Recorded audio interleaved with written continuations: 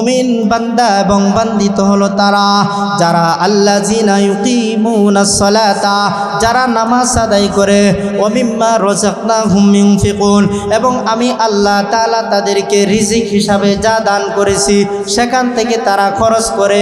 আল্লাহ তাআলা এই দুই গুণওয়ালা ব্যক্তিদের ব্যাপারে ঘোষণা জানিয়ে দেন, উলাইকা হুমুল মুমিনুনা হাক্কা। আমার এই সমস্ত নামাজি বান্দা বান্দিরা এবং আমি আল্লাহর রাস্তায় যারা খরচ করে তারাই হলো প্রকৃত ঈমানদার। জোরে জোরে কোন সুবহানাল্লাহ। এই জন্য নামাজ ছাড়া কোনো বিকল্প আছে? কোনো বিকল্প নাই। আল্লাহ তাআলা শুধু তাই নয়, পরের আয়াতের মধ্যে জানিয়ে দেন, লাহুম মাগফিরাতু ওয়া রিজকুন কারীম, লাহুম দারাজাতুন ইনদা রাব্বিহিম ওয়া মাগফিরাতু ওয়া রিজকুন কারীম। আল্লাহ তাআলা বলেন, আমার যে সমস্ত বান্দা এবং বান্দিরা এই দুই গুণের অধিকারী হবে, যারা ঈমান আনবে এবং নামাজ পড়বে, যাকাত দিবে, যারা এই কাজগুলি সম্পাদন করবে, আল্লাহ বলেন এরা হলো আমার প্রকৃত ঈমানদার। তাদের জন্য ঘোষণা কি? আল্লাহ তাআলা 3টা পুরস্কার বরাদ্দ করে দিয়েছেন। জোরে জোরে কান সুবহানাল্লাহ। কয়টা পুরস্কার? 3টা পুরস্কার। 1 নাম্বার, লাহুম দারাজাতুন ইনদা রাব্বিহিম, আল্লাহ তাআলা এই সমস্ত মুমিনদের মর্যাদাকে বুলন্দ করে দিবেন। 1 নাম্বার পুরস্কার। জোরে জোরে কোন সুবহানাল্লাহ। 2 নাম্বার, লাহুম মাগফিরাতুন, আল্লাহ তাআলা তাদেরকে ক্ষমার ঘোষণা করে দিবেন। জোরে জোরে কোন সুবহানাল্লাহ। 3 নাম্বার, আল্লাহ বলেন ওয়া রিজকুন কারীম, আল্লাহ তাআলা সম্মানজনক রিজিকের ব্যবস্থা করে দিবেন। জোরে জোরে কোন সুবহানাল্লাহ। তাহলে নামাজ পড়লে, যাকাত দিলে আল্লাহ তাআলা কি করবেন? 3টা পুরস্কারের ওয়াদা করেছেন। প্রথমেই যে আল্লাহ তাআলা তাদের মর্যাদাকে বুলন্দ করে দিবেন। 2 নম্বর, আল্লাহ তাআলা নামাজীদেরকে ক্ষমার ঘোষণা করে দিয়েছেন। 3 নম্বর, আল্লাহ তাআলা তাদেরকে সম্মানজনক রিজিকের ব্যবস্থা করে দিবেন। জোরে জোরে কোন সুবহানাল্লাহ।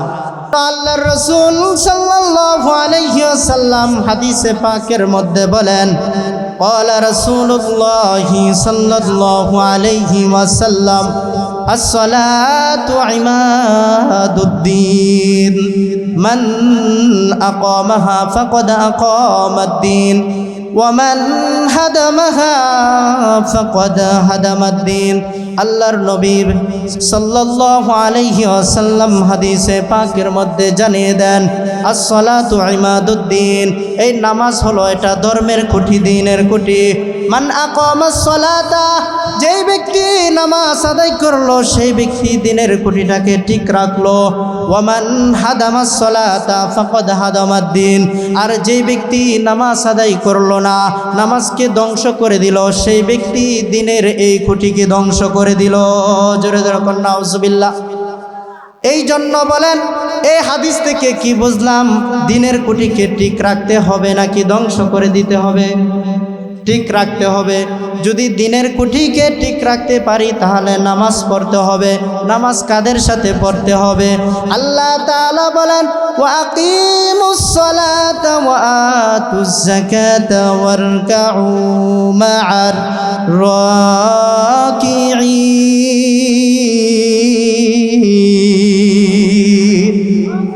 আল্লাহ পাক ইরশাদ করেন, ও দুনিয়ার মানুষ, আমি আল্লাহ তোমাদেরকে দুনিয়াতে অনর্থক পাঠাই নাই। ওমা খলাকতুল জিন্না ওয়াল ইনসা ইল্লা লিয়াবুদুন, আমি তোমাদেরকে পাঠাইছি আমার ইবাদত করার জন্য। এই ইবাদত 1 দিন 2 দিন 3 দিন করলেই চলবে না। নামাজ শুধুমাত্র শুক্রবার আসলে জুমার দিন আদায় করলেই চলবে না, বরং এই নামাজ আপনাকে আমাকে কোন পর্যন্ত পড়ে যাইতে হবে? আল্লাহ তাআলা আরেক আয়াতের মধ্যে জানিয়ে দেন, ওয়াবুদু রাব্বাকা হাত্তা ইয়াতিয়াকাল ইয়াকিন, আই আল মাউত। ইয়াকিন শব্দের অর্থ হলো মৃত্যু। অর্থাৎ এই নামাজ আপনাকে আমাকে আল্লাহ তাআলা যতদিন হায়াত দিবে ততদিন পর্যন্ত এই নামাজ পড়ে যাইতে হবে। এই জন্য নামাজ পড়তে হবে রুকুকারীদের সাথে। আল্লাহ তাআলা সূরাতুল বাকারার 43 নম্বর আয়াতের মধ্যে জানিয়ে দেন, وأقيموا الصلاة وآتوا الزكاة واركعوا مع الراكعين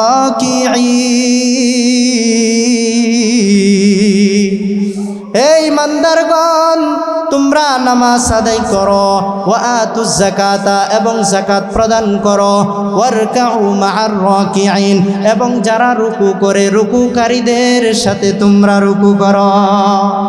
কিন্তু আমরা রুকুকারীদের সাথে রুকু করতে রাজি না, নামাজ পড়তে আমরা রাজি না। এই জন্য এই আয়াত থেকে আমি বুঝতে পারি আল্লাহ তাআলা আমাদেরকে জানান দেন, বারবার নামাজের জন্য আদেশ দেন। এটা শুধু এই উম্মতে মুহাম্মাদের উপরে আল্লাহ তাআলা ফরজ করেন নাই, বরং আল্লাহ তাআলা এই নামাজের বিধান পূর্ববর্তী নবী রাসূলদের উপর আল্লাহ তাআলা ফরজ করেছেন। আল্লাহ তাআলা ইসমাঈল পয়গম্বরকে ডাক দিয়া বলেন, ওয়া কানা ইয়া'মুরু আহলাহু বিস-সালাতি ওয়াজ-যাকাহ ওয়া কানা ইনদা রাব্বিহি মারদিয়া। আল্লাহ তাআলা সূরাতু মারইয়ামের 55 নম্বর আয়াতে আল্লাহ তাআলা হযরত ইসমাঈল আলাইহিস সালামকে ডাক দিয়া বলেন, ও আমার পয়গম্বর ইসমাঈল, তুমি নিজেও নামাজ পড়ো এবং তোমার পরিবারবর্গদেরকে নামাজ এবং যাকাতের হুকুম দান করো। ওয়া কানা ইনদা রাব্বিহি মারদিয়া। জোরে জোরে কান আল্লাহু আকবার। আল্লাহর পয়গম্বর হযরত ইসমাঈল এমন ভাবে ইবাদত করছে যার পরে আল্লাহর কাছে একনিষ্ঠ বান্দা হিসেবে গণ্য হয়ে গেছে। এই জন্য একনিষ্ঠ বান্দা হইতে চাই কি চাই না আমরা? তাহলে কি পড়তে হবে? নামাজ পড়তে হবে। এই নামাজের হুকুম আমাদের জন্য, এই উম্মতে মুহাম্মাদের জন্য নতুন কোনো বিষয় নয়। মূসা পয়গম্বরকে সূরাতুত তাহার মধ্যে সূরাতুত তাহার 14 নম্বর আয়াতে আল্লাহ তাআলা মূসা পয়গম্বরকে ডাক দেয়া বলেন, কুল ইন্নানি আনাল্লাহ লা ইলাহা ইল্লা আনা ফা'বুদনি ওয়া আকিমিস সালাতা লিযিকরি। জোরে জোরে কোন সুবহানাল্লাহ। আল্লাহ তাআলা তার পয়গম্বর মূসা পয়গম্বরকে ডাক দিয়া বলেন, ও আমার পয়গম্বর, তুমি বলো আমি ছাড়া আর কোনো মাবুদ নাই, ফা'বুদনি, সুতরাং আমার ইবাদত করো। কি জন্য ইবাদত করবা? আল্লাহ তাআলা পরের আয়াতের মধ্যে জানিয়ে দেন, আকিমিস সালাতা লিযিকরি, আমি আল্লাহর শরণার্থে আমার ইবাদত করো। জোরে জোরে কোন সুবহানাল্লাহ। এই জন্য নামাজ পড়তে হবে কার স্মরণের জন্য? আল্লাহর স্মরণের জন্য নামাজ পড়তে হবে। শুধু তাই নয়, এই নামাজের জন্য হযরতে ইব্রাহিম আলাইহিস সালাতু ওয়াস সালাম সূরাতু ইব্রাহিমের 40 নম্বর আয়াতে আল্লাহর কাছে প্রার্থনা করে বলেন, রব্বি জিআলনি মুকিমাস সালাতি ওয়া মিন যুররিয়াতি রব্বানা ওয়া তাকাব্বাল দুআ।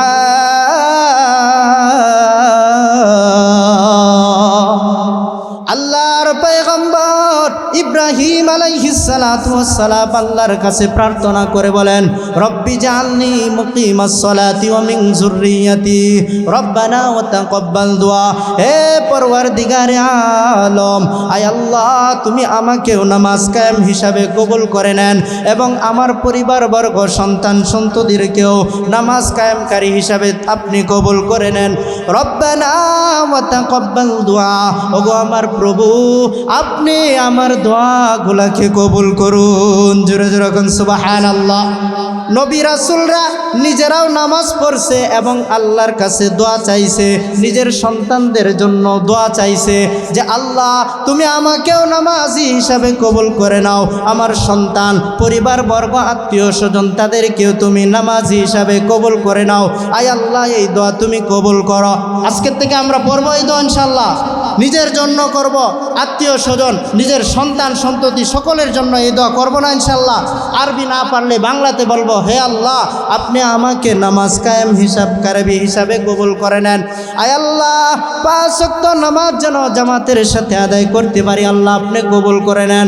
আয় আল্লাহ আমার সন্তান সন্ততি তাদেরকেও আপনি নামাজকারী হিসাবে কবুল করে নেন। আয় আল্লাহ আপনি আমাদের এই দোয়া কবুল করেন। এই কথা কি পারবো কি পারবো না? আজকে থেকে আমরা ইনশাল্লাহ এই দোয়া করবো। আল্লাহ আমল করার তৌফিক দান করুন, সকলে বলুন আমিন।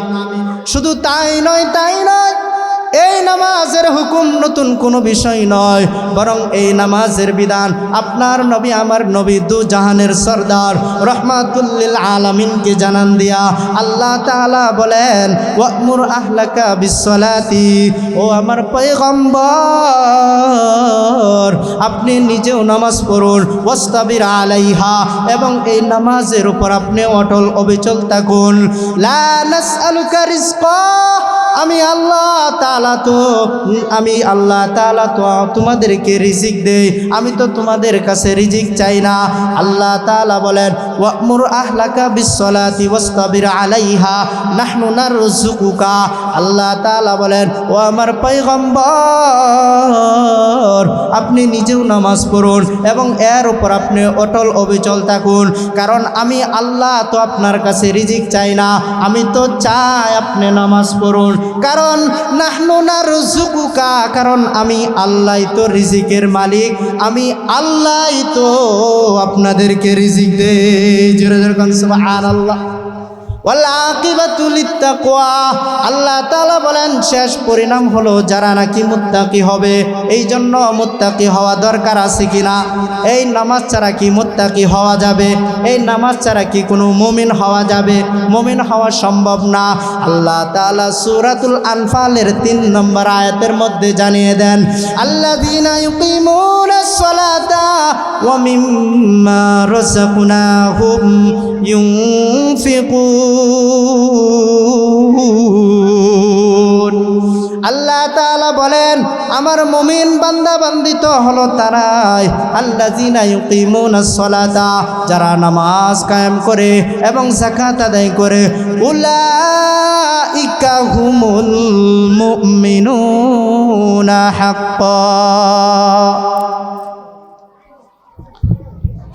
আল্লাহ তাআলা এই আয়াতের মধ্যে জানিয়ে দেন মুমিন বান্দা এবং বান্দিত হলো তারা যারা আল্লাযীনা ইউকিমুনাস সালাতা, যারা নামাজ আদায় করে, ওয়া মিম্মা রাযাকনাহুম ইউনফিকুন, এবং আমি আল্লাহ তাআলা তাদেরকে রিজিক হিসাবে যা দান করেছি সেখান থেকে তারা খরচ করে। আল্লাহ তাআলা এই 2 গুণওয়ালা ব্যক্তিদের ব্যাপারে ঘোষণা জানিয়ে দেন, উলাইকা হুমুল মুমিনুনা হাক্কা। আমার এই সমস্ত নামাজি বান্দা বান্দিরা এবং আমি আল্লাহর রাস্তায় যারা খরচ করে তারাই হলো প্রকৃত ঈমানদার। জোরে জোরে কোন সুবহানাল্লাহ। এই জন্য নামাজ ছাড়া কোনো বিকল্প আছে? কোনো বিকল্প নাই। আল্লাহ তাআলা শুধু তাই নয়, পরের আয়াতের মধ্যে জানিয়ে দেন, লাহুম মাগফিরাতুন ওয়া রিজকুন কারীম, লাহুম দারাজাতুন ইনদা রাব্বিহিম ওয়া মাগফিরাতুন ওয়া রিজকুন কারীম। আল্লাহ তাআলা বলেন আমার যে সমস্ত বান্দা এবং বান্দিরা এই 2 গুণের অধিকারী হবে, যারা ঈমান আনবে এবং নামাজ পড়বে, যাকাত দিবে, যারা এই কাজগুলি সম্পাদন করবে, আল্লাহ বলেন এরা হলো আমার প্রকৃত ঈমানদার। তাদের জন্য ঘোষণা কি? আল্লাহ তাআলা 3টা পুরস্কার বরাদ্দ করে দিয়েছেন। জোরে জোরে কোন সুবহানাল্লাহ। কয়টা পুরস্কার? 3টা পুরস্কার। 1 নাম্বার লাহুম দারাজাতুন ইনদা রাব্বিহিম, আল্লাহ তাআলা এই সমস্ত মুমিনদের মর্যাদাকে বুলন্দ করে দিবেন। 1 নাম্বার পুরস্কার। জোরে জোরে কোন সুবহানাল্লাহ। 2 নাম্বার লাহুম মাগফিরাতুন, আল্লাহ তাআলা তাদেরকে ক্ষমার ঘোষণা করে দিবেন। জোরে জোরে কোন সুবহানাল্লাহ। 3 নাম্বার আল্লাহ বলেন ওয়া রিজকুন কারীম, আল্লাহ তাআলা সম্মানজনক রিজিকের ব্যবস্থা করে দিবেন। জোরে জোরে কোন সুবহানাল্লাহ। তাহলে নামাজ পড়লে, যাকাত দিলে আল্লাহ তাআলা কি করবেন? 3টা পুরস্কারের ওয়াদা করেছেন। প্রথমেই যে আল্লাহ তাআলা তাদের মর্যাদাকে বুলন্দ করে দিবেন, 2 নম্বর আল্লাহ তাআলা নামাজীদেরকে ক্ষমার ঘোষণা করে দিয়েছেন। 3 নম্বর আল্লাহ তাআলা তাদেরকে সম্মানজনক রিজিকের ব্যবস্থা করে দিবেন। জোরে জোরে কোন সুবহানাল্লাহ। এইগুলার ব্যাখ্যা বিশ্লেষণ অনেক এক একটার। তো আমি স্বাভাবিক নামাজের গুরুত্ব, ফজিলত, নামাজ না পড়লে কি শাস্তি, এই বিষয়ে আমি আপনাদেরকে সংক্ষেপে কিছু তাফসির শোনাইতে চাই। এই জন্য আমি বিতর্কত ঢুকতে চাই না। সম্মানজনক রিজিকের বড় দাম। শুধু টাকা পয়সা ধন দৌলত হইলেই হয় না যে রিজিক তো হুজুর খাইতে আছি, কিন্তু এই সম্মানজনক রিজিকের অনেক দাম। যাক, সেদিকে আমি যাইতে চাই না। এখন আসুন যে নামাজের এত আয়াত এবং হাদিস শুনলাম, এই সমস্ত আয়াত এবং হাদিস থেকে আমি কি বুঝি? যে নামাজ আল্লাহ তাআলার কাছে সবচেয়ে প্রিয় ইবাদত। এটা কেমন একটা ইবাদত দেখেন, আল্লাহ তাআলার প্রতিটি সৃষ্টিকুল মাখলুকাত কোনো না কোনো একভাবে আল্লাহ তাআলার গুণগান বর্ণনা করে। শাহ আব্দুল আজিজ মুহাদ্দিসে দেহলভী রহমাতুল্লাহ আলাইহি তিনি তার এক কিতাবের মধ্যে বলেন যে আল্লাহ তাআলার প্রতিটি মাখলুকাত কোনো না কোনো একভাবে আল্লাহ তাআলার সেজদা করতেছে, গুণগান বর্ণনা করতেছে।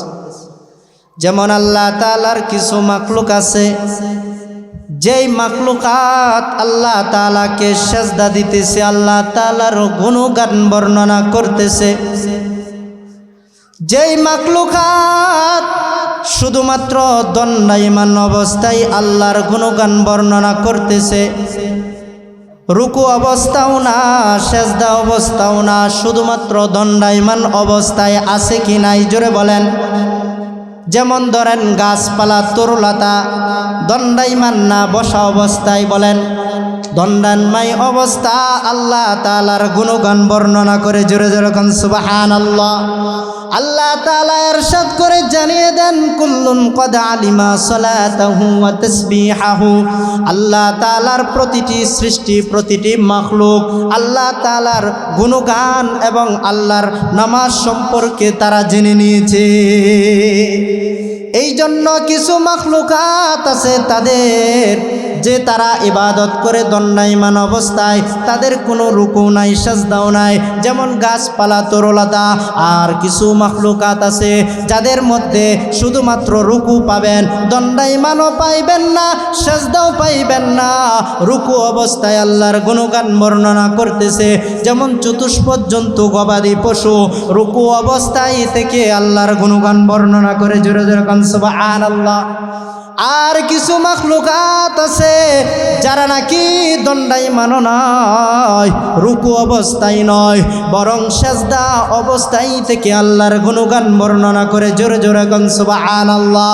যেমন সাপ বিচ্ছু দেখবেন তারা সর্বদাই সেজদার হালতে আছে, সাপ সেজদার হালতে থেকে আল্লাহর গুণগান বর্ণনা করে। জোরে জোরে কোন সুবহানাল্লাহ। আল্লাহ পাকের আর কিছু মাখলুক আছে তারা সর্ব অবস্থায় আল্লাহর গুণগান বর্ণনা করে। তারা রুকু নাই, সেজদাও নাই এবং দণ্ডায়মানও নাই, বরং হাঁটু গিরে বসা অবস্থায়। যেমন পাহাড় পর্বত তারা দেখবেন বসা অবস্থায় আল্লাহর গুণগান বর্ণনা করে। জোরে জোরে কোন সুবহানাল্লাহ। কিন্তু তাদের এই আমল পরিপূর্ণ না, এই জন্য আল্লাহ কিয়ামতের ময়দানেও তাদের কোনো হিসাব নেবেন না। কিন্তু আল্লাহ তাআলা আপনাকে আমাকে পাঠাইছেন, পাঠানোর মাধ্যমে আল্লাহ তাআলার কাছে সবচেয়ে প্রিয় এবং পছন্দনীয় আমল হচ্ছে নামাজ। এই নামাজ আপনাকে আমাকে আল্লাহ তাআলা এমনিতেই দান করে নাই, নবী পয়গম্বরের কাছে এমনিতেই দিয়ে দেয় নাই। আল্লাহ তাআলা এই জমিনের ভিতরে যত কিছু হুকুম আহকাম নাজিল করেছেন সবগুলা জিব্রাইল আমিনের মাধ্যমে আল্লাহর পয়গম্বরের নিকট পাঠাইছেন। কিন্তু আমার নবী, আপনার নবী রহমাতুল্লিল আলামিনের কাছে এই নামাজের বিধান জিব্রাইল আমিনকে দিয়া বলে নাই, ও আমার ফেরেশতা জিব্রাইল নাও নাও নাও আমার এই নামাজের বিধান আমার পয়গম্বরকে দিয়ে আসো। কারণ এই নামাজের বিধান, এই নামাজ এমন গুরুত্বপূর্ণ ইবাদত, আল্লাহ তাআলা স্বয়ং তার পেয়ারা হাবিবকে মেরাজের রজনীতে সপ্তম আসমানের উপরে আরশে আজিমে আল্লাহ তার পয়গম্বরকে ডেকে নিয়ে নবীকে এবং তার উম্মতকে উপহার হিসাবে দান করেছেন। জোরে জোরে কোন সুবহানাল্লাহ। তাহলে এই নামাজের গুরুত্ব কম না বেশি? চিল্লায় বলুন, কেমন বেশি? আল্লাহর সমস্ত হুকুমগুলা জিব্রাইল আমিন স্বয়ং আল্লাহর নবীর কাছে আইসা পৌঁছায় দিছে। আর আল্লাহ তাআলা এই নামাজের বিধান জিব্রাইল আমিনের কাছে দেয় নাই, বরং আল্লাহ তার পেয়ারা হাবিবকে উপরে ডেকে নিয়ে আরশে আজিমে উপহার হিসাবে দান করেছে। এই জন্য এটা থেকে বোঝা যায় নামাজের গুরুত্ব কম নাকি বেশি। আল্লাহর নবীর এক সাহাবী আল্লাহর পয়গম্বরের কাছে এসে বলে, আল্লাহর নবীকে বলে, আইয়ুল আমালি আহাব্বু ইলাল্লাহি আযজা ওয়া জাল। ও রাসূলুল্লাহ, ও আল্লাহর পয়গম্বর, আল্লাহর কাছে কোন আমলটা সবচেয়ে বেশি পছন্দনীয়? নবী আমার জানিয়ে দেন, আসসালাতু আলা ওয়াক্তিহা, সময় মতো নামাজ আদায় করা। সাহাবী পুনরায় বলেন, ইয়া রাসূলুল্লাহ, কুলতু সুম্মা আইয়ুন, এরপরে আল্লাহর কাছে কোন আমলটা বেশি পছন্দনীয়? নবী আমার জানিয়ে দেন, সুম্মা বিররুল ওয়ালিদাইন, পিতা মাতার সঙ্গে সৎ ব্যবহার করা। সাহাবী পুনরায় জিজ্ঞাসা করে, সুম্মা আইয়ুন, এরপরে আল্লাহর কাছে কোন আমলটা বেশি পছন্দনীয়? নবী আমার জানিয়ে দেন, আল জিহাদু ফি সাবিলিল্লাহ, আল্লাহর রাস্তায় জিহাদ করা। তাহলে এই কথার মধ্যেও দেখেন সর্বপ্রথম নবী নামাজের কথাই বলেছেন। নামাজের গুরুত্ব কম না বেশি? জোরে জোরে বলেন। সাহাবী এসে বলেন, ইয়া রাসূলুল্লাহ, আমাকে এমন একটা আমল বাতলে দেন যে আমলটা আল্লাহর কাছে সবচেয়ে পছন্দনীয়। নবী আমার বলেন, আসসালাতু আলা ওয়াক্তিহা, সময় মতো নামাজ পড়া, এটা আল্লাহর কাছে সবচেয়ে বেশি পছন্দনীয়। এই জন্য আপনি আমি পড়ব তো ইনশাআল্লাহ সময় মতো। আল্লাহ তাআলা আমাদেরকে সময় মতো 5 ওয়াক্ত নামাজ জামাতের সাথে আদায় করার তৌফিক দান করুন, সকলে বলুন আমিন। এখন আসুন, নামাজের কথা শুনলাম, নামাজের গুরুত্বের কথা শুনলাম। নামাজের মাধ্যমে একজন বান্দা এবং বান্দি আল্লাহ তাআলার সবচেয়ে বেশি নিকটবর্তী হয়। জোরে জোরে কোন সুবহানাল্লাহ।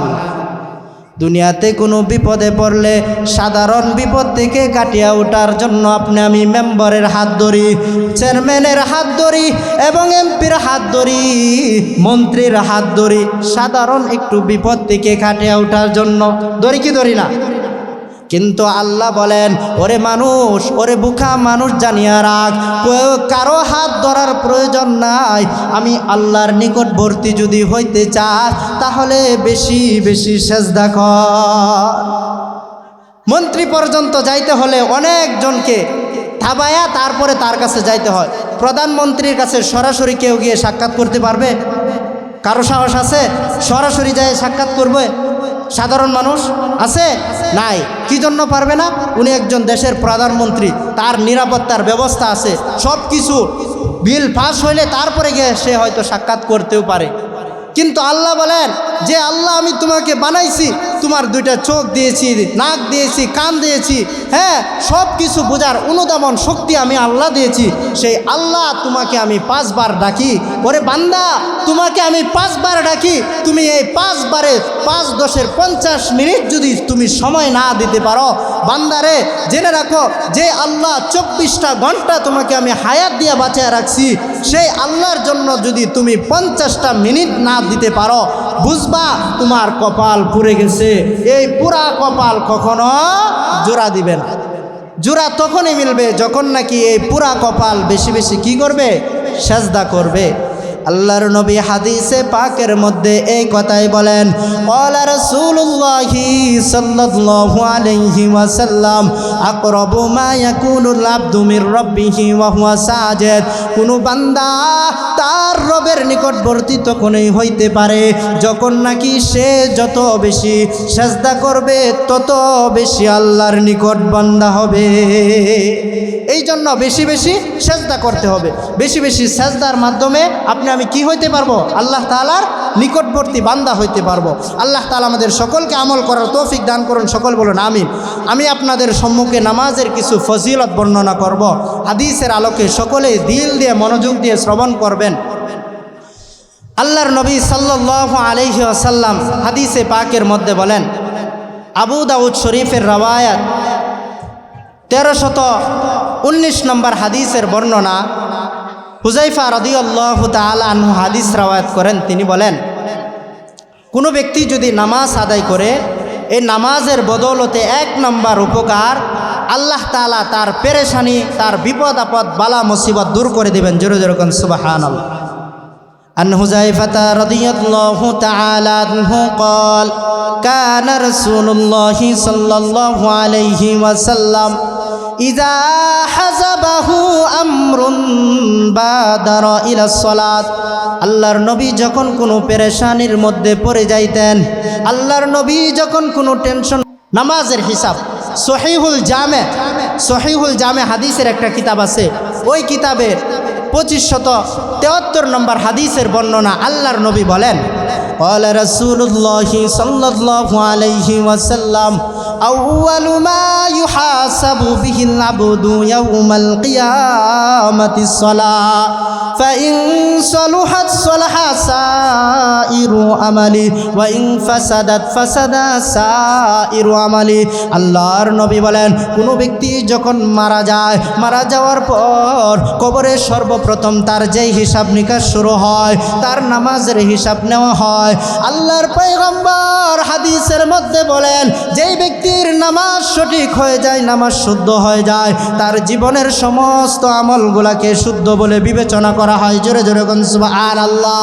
আর যেই ব্যক্তির নামাজও শুদ্ধ হয়ে যায়, যেই ব্যক্তির নামাজও শুদ্ধ থাকে, ফাসাদাত সাইরু আমালি, আল্লাহর নবী বলেন তার সমস্ত আমলগুলাও শুদ্ধ বলে গণ্য হয়। জোরে জোরে কোন নাউজুবিল্লাহ।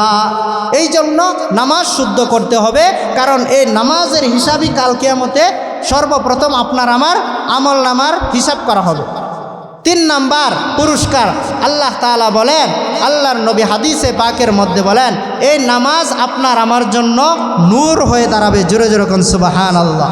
দুনিয়াতেও নূর হবে, যারা ঠিক মতো নামাজ পড়ে, এই নামাজ তাদের জন্য দুনিয়াতেও নূর হবে এবং কাল কিয়ামতের ময়দানে নূরের পরশ হয়ে তার সামনে দাঁড়াবে। জোরে জোরে কোন সুবহানাল্লাহ। আল্লাহর নবী হাদিসে পাকের মধ্যে বলেন, মুসলিম শরীফের রওয়ায়াত 422 নম্বর হাদিসের বর্ণনা। আল্লাহর নবী বলেন, ক্বালা রাসূলুল্লাহি সাল্লাল্লাহু আলাইহি ওয়াসাল্লাম, আল্লাহর নবী হাদিসে পাকের মধ্যে বলেন, সুবহানাল্লাহি ওয়ালহামদুলিল্লাহ আত-তুহুরু শাতরুল ঈমান, পবিত্রতা ঈমানের অঙ্গ। সুবহানাল্লাহ, সুবহানাল্লাহি ওয়ালহামদুলিল্লাহ, সুবহানাল্লাহ তামলাউল মিজান। যে ব্যক্তি একবার সুবহানাল্লাহ বলবে, আল্লাহ তাআলা তার মিজানের পাল্লাকে ভারী করে দিবে। জোরে জোরে কোন সুবহানাল্লাহ। আল্লাহর নবী পরের হাদিসের মধ্যে বলেন, সুবহানাল্লাহি ওয়ালহামদুলিল্লাহি তামলা আও তামলা মা বাইনাস সামাওয়াতি ওয়াল আরদ। জোরে জোরে কোন সুবহানাল্লাহ। যেই ব্যক্তি একবার সুবহানাল্লাহ আলহামদুলিল্লাহ বলবে, আল্লাহ তাআলা আসমান এবং জমিনের ভিতরে যে সমস্ত যতটুক জায়গা আছে, এই পরিমাণ জায়গা নেকি দ্বারা আপনার আমার আমলনামা ভরপুর করে দিবে। এরপরে আল্লাহর নবী বলেন, আসসালাতু নূর, এই নামাজ হচ্ছে আলো, এই নামাজ হচ্ছে জ্যোতি। যেই ব্যক্তি নামাজ পড়বে, আল্লাহ তাআলা দুনিয়া এবং আখিরাতে তার জন্য নূর করে দিবে, আলোক সজ্জা হয়ে যাবে। ওয়াসসাদাকাতু বুরহান, আল্লাহ তাআলা আল্লাহর পয়গম্বর বলেন, যেই ব্যক্তি বেশি বেশি দান খায়রাত করবে, আল্লাহর পয়গম্বর বলেন কাল কিয়ামতের ময়দানে এই দান খায়রাত আপনার আমার দলিলের সার্টিফিকেট হয়ে দাঁড়াবে। এই জন্য বেশি বেশি নামাজ দান সদকা করা দরকার আছে কি নাই? যদি দরকার থাকে তাহলে নামাজ পড়তে হবে, শুধু ওয়াজ শুনলেই হবে না, আমলে নিতে হবে। তারপরে আসেন, এই নামাজ, যে ব্যক্তি নামাজের হেফাজত করবে, আল্লাহ তাআলা বলেন এই নামাজ তার জন্য কিয়ামতের ময়দানে নাজাতের জরিয়া হিসাবে গ্রহণ করা হবে। জোরে জোরে কোন সুবহানাল্লাহ। আল্লাহর নবী হাদিসে পাকের মধ্যে বলেন,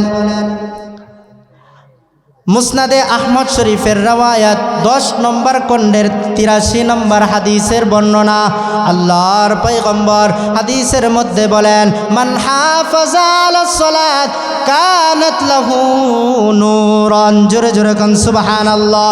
যেই ব্যক্তি নামাজের হেফাজত করবে, সেই নামাজ কাল কিয়ামতের ময়দানে তার জন্য নূরের পরশ হয়ে দাঁড়াবে। জোরে জোরে কোন সুবহানাল্লাহ।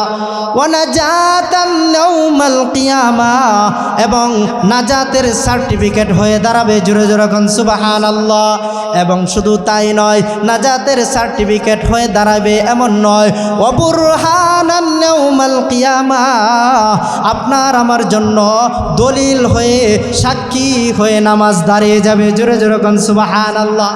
এই জন্য নামাজ বেশি বেশি আদায় করতে হবে। যদি নামাজের মতো পড়তে পারি, কাল কিয়ামতের ময়দানে এই নামাজ আপনাকে আমাকে জান্নাতে নিয়ে যাবে। এখন আসুন, এই নামাজের হেফাজত কেউ না করে, তাহলে আল্লাহর নবী বলেন সে কারুন, হামান, উতবা, সাইবা তাদের সাথে তার হাসন নসর হবে, তাদের সাথে সে অবস্থান করবে। জোরে জোরে কোন নাউজুবিল্লাহ। আল্লাহ তাআলা আমাদেরকে হেফাজত করুন, সকলে বলেন আমিন। আল্লাহর নবী আরেক হাদিসের মধ্যে বলেন, আবু দাউদ শরীফের রওয়ায়াত 1420 নম্বর হাদিসের বর্ণনা। ক্বালা রাসূলুল্লাহি সাল্লাল্লাহু আলাইহি ওয়াসাল্লাম, আল্লাহর নবী একদা সাহাবীদেরকে নিয়ে নামাজের আলোচনা করেছেন। আলোচনার করার পর আল্লাহর পয়গম্বর বলেন, খামসু সালাওয়াত কাতাবাহুল্লাহু আলাল ইবাদ। আল্লাহ তাআলা বান্দার উপর 5 ওয়াক্ত নামাজ ফরজ করেছেন। কয় ওয়াক্ত? 5 ওয়াক্ত নামাজ ফরজ করেছেন। কাতাবাহুল্লাহু আলাল ইবাদ ফামান জাআ বিহিন্না মিনহুন্না শাইআন ইস্তিহকাকান বিহাক্কিহিন্না। যেই ব্যক্তি কোনো অলসতা ছাড়া এই নামাজগুলোকে সঠিকভাবে আদায় করবে, আল্লাহর পয়গম্বর বলেন, আকানা লাহু আহদুন ইনদাল্লাহি আইয়ুদখিলাহুল জান্নাহ। জোরে জোরে কোন সুবহানাল্লাহ। আল্লাহ তাআলা নিজ জিম্মায় তাকে জান্নাতে প্রবেশ করাইবে। ওয়ামান লাম ইয়াতি বিহিন্না ফালাইসা লাহু ইনদাল্লাহি আহদুন। আর যেই ব্যক্তি এই নামাজ আদায় করবে না, 5 ওয়াক্ত নামাজের হক সঠিকভাবে আদায় করবে না, আল্লাহর পয়গম্বর বলেন আল্লাহ চাইলে তাকে জান্নাত দিতেও পারে, অথবা তাকে জাহান্নামে দিতে পারে। এটা কার? আল্লাহর কাছে। চাইলে জান্নাত পাইতেও পারে, চাইলে জাহান্নামেও দিতে পারে। এটা আল্লাহর কাছে। এই জন্য নামাজ পড়তে হবে। কি পড়তে হবে? নামাজ পড়তে হবে। নামাজ যদি পড়ি তাহলে আপনার আমার জন্য নূর হবে। নামাজ যদি পড়ি আপনার আমার গুনাহগুলো আল্লাহ মাফ করে দেবেন। এক হাদিসের মধ্যে আসছে, আল্লাহর নবী বলেন, দুনিয়ার মানুষ তোমরা বেশি বেশি সেজদা করো, প্রতিটি সেজদার বিনিময়ে তোমাদের জীবনের এক একটি করে গুনাহ মাফ করে দেওয়া হবে। এই জন্য সেজদা যত বেশি হবে, আল্লাহ আপনার আমার জীবনের গুনাহ তত বেশি মাফ করে দিবেন। এখন আসুন, আপনি দুনিয়াতে আমরা একসাথে কত বন্ধুবান্ধব একসাথে চলাফেরা করি কি করি না? একসাথে সকলেই চলাফেরা করতেছি, কিন্তু দেখা গেছে কাল কিয়ামতের ময়দান যখন হাসরের মাঠ কায়েম হয়ে যাইবে, আমার বন্ধু আপনার বন্ধু জান্নাতে যাইবে, আমি হয়তো আপনি হয়তো জাহান্নামের মধ্যে চলে যাব। আমার পাশে এক লোক সে জান্নাতে চলে যাবে, আমার পাশে আরেক লোক সে জাহান্নামে চলে যাবে। অথচ দুনিয়াতে একসাথে বোয়ালি বাজারে গেছি, কালীগঞ্জে বাজার করছি, ঢাকায় গেছি, ছোট জীবন থেকে একসাথে চলাফেরা করছি, কিন্তু কাল কিয়ামতের ময়দানে হাসরের মাঠ যখন কায়েম হয়ে যাইবে, তখন একদল লোক জান্নাতের মধ্যে প্রবেশ করবে, আর একদল লোক জাহান্নামের মধ্যে প্রবেশ করবে। জান্নাতীরা জাহান্নামীদেরকে বলবেন, মা সালাকাকুম ফি সাকার। ও জাহান্নামী ভাই, তোমাদের এমন কি হয়েছে? তোমরা এমন কি কাজ করেছো যে তোমরা জাহান্নামী হয়ে গেলা? দুনিয়াতে থাকতে একসাথে বোয়ালি বাজারে গিয়েছি, একসাথে কালীগঞ্জ থেকে বাজার করছি, একসাথে খেলাধুলা করেছি, সব কিছু ঠিকঠাক মতো করছি, কিন্তু আজকে আমরা জান্নাতে, তোমরা জাহান্নামে। এর কারণটা কি? মা সালাকাকুম ফি সাকার। তখন জান্নাতীরা জাহান্নামীদেরকে প্রশ্ন করবেন, তোমরা জাহান্নামে যাইলা, এর কারণটা কি? এই কারণটা জানা দরকার আছে কি নাই? তখন জাহান্নামীরা উত্তর দিয়ে বলবে, ক্বালু লাম নাকু মিনাল মুসাল্লি। ও জান্নাতি ভাই, আমরা মুসল্লি ছিলাম না, একসাথে চলাফেরা করছি, সব কিছুই করছি, কিন্তু আমরা নামাজ পড়তাম না। ওয়া কুন্না নাকুদু মাআল খাইদিন। আল্লাহ তাআলা আয়াতের মধ্যে জানিয়ে দেন, জাহান্নামীরা বলবেন, ওয়ালাম নাকু নুতঈমুল মিসকিন। কোনো মিসকিনরা যদি আমাদের কাছে খাদ্য চাইতো, আহার চাইতো, আমরা তখন খাদ্য দিতাম না। ওয়া কুন্না নাকুদু মাআল খাইদিন। জাহান্নামীরা বলবেন, ইসলামের সমালোচক যারা ছিল তাদের সাথে আমরা ইসলাম বিদ্বেষী কথা বলছি, ইসলামের সমালোচনা করছি, ইসলামের আলোচনা করি নাই। এমন করতে করতে ওয়া কুন্না নাখুদু মাল খাইদিন হাত্তা আতানাল ইয়াকিন, আমাদের কিয়ামত হয়ে গেছে। এমন করতে করতে আমাদের কিয়ামত হয়ে গেছে, আল্লাহর কাছ থেকে আমরা চেয়ে নিতে পারি নাই। এই জন্য আপনার আমার উচিত নামাজ আদায় করা। না হয় কাল কিয়ামতের ময়দানে আপনার আমার পাশেই দেখবো আমার ভাই জান্নাতে, আপনি আমি জাহান্নামে। তখন এই প্রশ্ন করবে, একসাথে চলছি কিন্তু জাহান্নামে গেছি। তখন উত্তর কি হবে? যে আমরা মুসল্লি ছিলাম না, নামাজি ছিলাম না। এই জন্য কোনো ব্যক্তি যদি নামাজ আদায় করে ঠিক মতো, আল্লাহ তাআলা তাকে 5টি পুরস্কার দান করেন। কয়টি পুরস্কার? 5টি পুরস্কার। আল্লাহর নবী হাদিসে পাকের মধ্যে বলেন, মান হাফাজা আলাস সালাত আকরামাহুল্লাহু তাআলা বিখামসি খিসাল। কোনো ব্যক্তি যদি সঠিকভাবে 5 ওয়াক্ত নামাজ আদায় করে, আল্লাহ তাআলা তাকে 5টি পুরস্কার দান করেন। 1 নম্বর পুরস্কার, আল্লাহর পয়গম্বর হাদিসের মধ্যে বলেন, ইয়ারফাউ আনহু দিকাল আইশ। আল্লাহ তাআলা জীবনের সংকীর্ণতাকে দূর করে দেন। জোরে জোরে কোন সুবহানাল্লাহ। 2 নম্বর পুরস্কার, ওয়া আযাবাল কবর। আল্লাহর পয়গম্বর বলেন, নামাজি ব্যক্তির কবরের আযাবগুলোকে আল্লাহ দূর করে দেন। জোরে জোরে কোন সুবহানাল্লাহ। 3 নম্বর, আল্লাহর পয়গম্বর বলেন, ওয়া ইউতিহিল্লাহু কিতাবাহু বিয়ামিনিহি। আল্লাহ তাআলা কাল কিয়ামতের ময়দানে নামাজি ব্যক্তির ডান হাতে আমলনামা দিবেন। জোরে জোরে কোন সুবহানাল্লাহ। 4 নম্বর পুরস্কার, আল্লাহর পয়গম্বর বলেন, ওয়া ইয়ামুরু আলাস সিরাতি কাল বারাক। আল্লাহ তাআলা নামাজি ব্যক্তিকে ফুল সিরাতের ব্রিজ বিজলির ন্যায় পার করে দিবেন। 5 নম্বর পুরস্কার, আল্লাহর পয়গম্বর বলেন, ওয়া ইয়াদখুলুল জান্নাতা বিগাইরি হিসাব। আল্লাহ তাআলা নামাজি ব্যক্তিকে বিনা হিসাবে জান্নাত দান করবে। যদি নামাজের মতো নামাজ পড়তে পারি, তাহলে আল্লাহ তাআলার এই পুরস্কারগুলো আপনি আমি পাইব। আর যদি নামাজ না পড়তে পারি, আল্লাহ তাআলা বলেন, যেই ব্যক্তির এই 5 গুণ অর্জন হয়ে যাবে, নবী আমার জানিয়ে দেন, লা খাউফুন আলাইহিম ওয়ালা হুম ইয়াহজানুন। তাদের কোনো টেনশন নাই, কোনো ভয় নাই, কোনো চিন্তাও নাই। এই জন্য এগুলো অর্জন করা দরকার আছে কিনা। পক্ষান্তরে যেই ব্যক্তি নামাজের হেফাজত করবে না, তাকেও 5টি আযাব দেওয়া হবে। 1 নম্বর, আল্লাহর নবী বলেন, তার জীবনের হায়াতগুলাকে কেড়ে নেওয়া হবে, জীবনের বরকত উঠে যাবে। সে যতই সম্পদ অর্জন করুক, তার সম্পদের মধ্যে কোনো বরকত হবে না। 1 নম্বর, তার শাস্তি হলো বরকত কেড়ে নেওয়া। 2 নম্বর, আল্লাহর পয়গম্বর বলেন, তাকে এমন অবস্থায় মৃত্যু দেওয়া হবে যে পিপাসার্ত অবস্থায় মৃত্যু হবে। তাকে যদি দুনিয়ার সমস্ত সমুদ্রের পানিও পান করিয়ে দেওয়া হয়, তারপরেও তার পিপাসার্ত মিটবে না। বেনামাজি পিপাসার্ত অবস্থায় মৃত্যুবরণ করবে। জোরে জোরে কন্যা নাউজুবিল্লাহ। 3 নম্বর, আল্লাহর পয়গম্বর হাদিসের মধ্যে বলেন, বেনামাজির কবরের মধ্যে আগুন প্রজ্বলিত হবে। বেনামাজির কবরের মধ্যে আগুন দাউ দাউ করে জ্বলতে থাকবে। জোরে জোরে কন্যা নাউজুবিল্লাহ। 4 নম্বর, আল্লাহর পয়গম্বর বলেন, হাত্তা তাখতালিফা আদলাহু। বেনামাজির কবরকে এমন সংকীর্ণ করা হবে, এক পাজরের হাড়গুলো অপর পাজরের মধ্যে এভাবে ঢুকে যাবে। জোরে জোরে কন্যা নাউজুবিল্লাহ। 5 নম্বর, শাস্তি দেওয়া হবে বেনামাজিকে কাল কিয়ামতের ময়দানে। নবী আমার বলেন, বেনামাজির জন্য এমন একটি সাপ নির্ধারণ করে দেওয়া হয়েছে, যে সাপের 2টি চোখ হবে আগুনের, ফুলকি দিবে আগুনের, এবং তার গর্জন হবে বিজলির ন্যায়, চিৎকার শুরু করবে। তার দূরত্ব হবে 1 দিনের রাস্তায় সমপরিমাণ। সে যখন বেনামাজিকে একবার চুম্বন দিবে, বেনামাজি তার কবরের 70 গজ নিচে চলে যাবে। জোরে জোরে কন্যা নাউজুবিল্লাহ। আবার আরেক চুম্বন দিবে, বেনামাজি কবর থেকে 70 হাত উপরে উঠে যাবে। যাবে। কই যে এই শাস্তি তার কতটুক পর্যন্ত চলতে থাকবে? নবী আমার হাদিসের মধ্যে জানিয়ে দেন, ফজরের নামাজ না পড়ার দরুন জোহর পর্যন্ত, জোহর না পড়ার দরুন আসর পর্যন্ত, আসর না পড়ার দরুন মাগরিব পর্যন্ত, মাগরিব না পড়ার দরুন এশা পর্যন্ত, এভাবে একের পর এক বেনামাজিকে সর্বদংশন করেই যাবে। জোরে জোরে কন্যা নাউজুবিল্লাহ। এই জন্য আপনার আমার উচিত যে নামাজ পড়া। আল্লাহ তাআলা এই আযাবগুলা থেকে হেফাজত করুন, সকলে বলুন আমিন। দেখেন আল্লাহ তাআলা নিজেই সূরাতুল মাআরিজের 19 নম্বর আয়াতের মধ্যে জানিয়ে দেন, ও দুনিয়ার মানুষ, তোমাদেরকে অস্থিরতা হতে সৃষ্টি করা হয়েছে। ইন্নাল ইনসানা খুলিকা হালুয়া, তোমাদেরকে অস্থিরতা দিয়ে সৃষ্টি করা হয়েছে, কিন্তু এই অস্থিরতা তোমাদের ভিতরে তখন থাকবে না যখন নাকি তোমরা নামাজি হয়ে যাবা। জোরে জোরে কোন সুবহানাল্লাহ।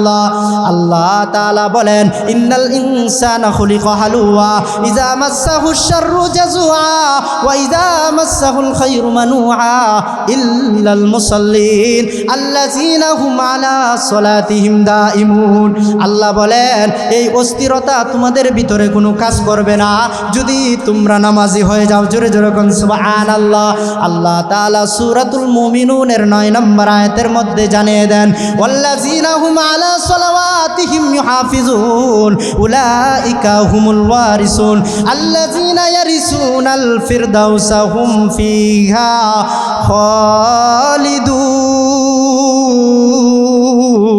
খালিদুন। আল্লাহ তাআলা বলেন, কাল কিয়ামতের ময়দানে এই জান্নাতুল ফেরদাউসের বাসিন্দা হবে আমার ওই সমস্ত বান্দা বান্দিরা যারা নাকি তাদের নামাজের মধ্যে ছিল নিয়মিত।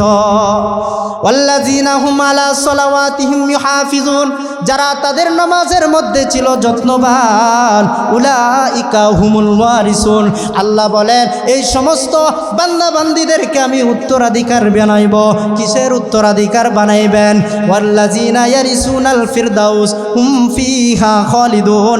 আল্লাহ বলেন, আমি তাদেরকে জান্নাতুল ফেরদাউসের উত্তরাধিকারী বানাইব। জোরে জোরে কোন সুবহানাল্লাহ। হুম ফিহা খালিদুন, সেখানে তারা চিরজীবন সেখানেই থাকবে। জোরে জোরে কোন সুবহানাল্লাহ। এই জন্য নামাজ পড়া দরকার আছে কিনা? নামাজ পড়তে হবে নামাজের মতো। আল্লাহর পয়গম্বর সাহাবাই কেরাম কিভাবে নামাজ পড়ছেন? আম্মা জানা আয়েশা থেকে বর্ণিত, তিনি বলেন, যখনই নামাজের সময় হয়ে যায় আল্লাহর পয়গম্বর অন্যান্য পুরুষের নেই আমাদের সাথেও মহিলাদের কাজে কর্মে লিপ্ত থাকতো। নামাজের আজান হওয়ার সাথে সাথে আল্লাহর পয়গম্বর আমাদের থেকে এমনভাবে বিদায় নিতেন কেমন যেন আল্লাহর পয়গম্বর আমাদেরকে ছিলেন না। সাথে সাথে তিনি নামাজের মধ্যে দাঁড়িয়ে দিতেন। জোরে জোরে কোন সুবহানাল্লাহ। আর আপনার আমার কোনো গুরুত্বই নাই। আল্লাহর পয়গম্বরের সর্বশেষ উক্তি ছিল, কোনো মানুষ যেন তার জীবনের কোনো নামাজ না ছাড়ে। আল্লাহর পয়গম্বরের কাছে একজন সাহাবী এসে জিজ্ঞাসা করলেন, ইয়া রাসূলুল্লাহ, ইয়া হাবিবাল্লাহ, ওগো আল্লাহর পয়গম্বর, আমাকে একটা সংক্ষিপ্ত উপদেশ দিন, ছোট করে একটা উপদেশ দিন, আমি কিভাবে আমি যেন সফল হইতে পারি, আল্লাহর কাছে প্রিয় হইতে পারি। নবী আমার জানিয়ে দেন, যখন তুমি নামাজ আদায় করবা তখন তোমার এই নামাজটাকে জীবনের শেষ নামাজ মনে করবা। জোরে জোরে কোন সুবহানাল্লাহ। আল্লাহর পয়গম্বর তার জীবনের অন্তিম সময়ে তিনি এই কথা বলে গেছেন, ক্বালা রাসূলুল্লাহ সাল্লাল্লাহু আলাইহি ওয়াসাল্লাম, আসসালাত আসসালাত ইত্তাকুল্লাহ ফীমা মালাকাত আইমানুকুম। ও দুনিয়ার মানুষ, তোমরা নামাজ পড়ো, নামাজ পড়ো এবং আল্লাহকে ভয় করো। কাকে? আল্লাহকে ভয় করো। ওয়ামা মালাকাত আইমানুকুম, এবং তোমাদের অধীনস্থ যারা আছে তাদের সাথে তোমরা ভালো ব্যবহার করো। তোমাদের অধীনস্থ যারাই কাজকর্ম করে তাদের সাথে তোমরা ভালো ব্যবহার করো। তাহলে কি বুঝলাম? এই হাদিস থেকে বুঝলাম আল্লাহর নবীর সর্বশেষ উক্তি ছিল কি? নামাজ। নামাজ। এই নামাজ সাহাবায়ে কেরাম আজমাইন কেমন করেছেন? হযরত উমর ফারুক রাদিয়াল্লাহু তাআলা আনহু, আমি আপনাদেরকে সংক্ষিপ্ত একটু বলতেছি। এক ইহুদি হযরত উমর ফারুক রাদিয়াল্লাহু তাআলা আনহু নামাজরত অবস্থায় ছিলেন। এমন সময় এক ইহুদি তার বর্ষা মেরে হযরত উমরের পায়ের মধ্যে লাগিয়ে দেয়। তখন উমরের পা থেকে রক্ত বের হইতেছে। উমর তখন নামাজ ছাড়েন নাই। নামাজ না ছেড়ে পিছন থেকে আব্দুর রহমান ইবনে আউফকে টান দিয়ে নামাজের মধ্যে দাঁড়াইয়া যায়। উমর রাদিয়াল্লাহু রাদিয়াল্লাহু তাআলা আনহু পিছনে চলে আসে। আসার পরে তিনি বেহুশ হয়ে যায়। বেহুশ হয়ে যাওয়ার পর সাহাবীদের নামাজ শেষ হওয়ার পর একজনে বলে উঠল, ওগো উমর, আপনার নামাজ তো বাকি আছে। তখন উমরে ফারুক বললেন, নাম লা সালাতা লা হাজ্জা ফিল ইসলাম, অবশ্যই নামাজ পড়তে হবে, কারণ যে ব্যক্তি নামাজ পড়বে না ইসলামের মধ্যে তার কোনো অংশ নাই। এই জন্য ইসলামের মধ্যে অংশ হোক আমরা চাই না। যদি চাই তাহলে নামাজের মতো নামাজ আদায় করতে হবে। আল্লাহ তাআলা আমাদের সকলকে 5 ওয়াক্ত নামাজ যথাযথভাবে জামাতের সাথে আদায় করার তৌফিক দান করুন। সকলে বলুন আমিন। ওয়া আখির দাওয়ানা আলহামদুলিল্লাহি রাব্বিল আলামিন।